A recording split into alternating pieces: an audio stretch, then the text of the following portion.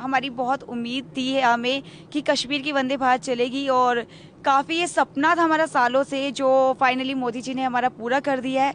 और एक बहुत टाइम लगा इसको यहाँ तक, यहाँ खड़े होने में। फाइनली ये जो ड्रीम था come true. And Vande Bharat Kashmir में आनी चाहिए थी, क्योंकि इससे बेनिफिट बहुत ज़्यादा है। क्योंकि हमें देखा जाए कटरा टू कश्मीर में आने में बहुत ज़्यादा टाइम जो था हमारा ख़राब होता था। बनिहाल होते हुए हमें आना पड़ता था, रियासी होते बनिहाल होते हुए, तो बाय रोड हमें 5 से 6 घंटे में लगते थे यहाँ आने में।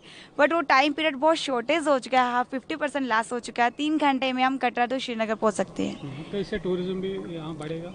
यस ऑफ कोर्स, क्योंकि जन्नत कहा जाने वाला हमारा कश्मीर, टूरिज्म तो डेफिनेटली बढ़ना ही बढ़ना है। क्योंकि वन डे में आप दिल्ली से बहुत लॉस ऑफ जो है हमारे टूरिज्म आता है, अदर सिटीज़ से आता है, तो आप वन डे में 12 आवर्स 13 आवर्स में आप पहुंच के आप इजीली श्रीनगर आ सकते हैं, और इससे टूरिज्म डेफिनेटली बहुत ज़्यादा बढ़ेगा।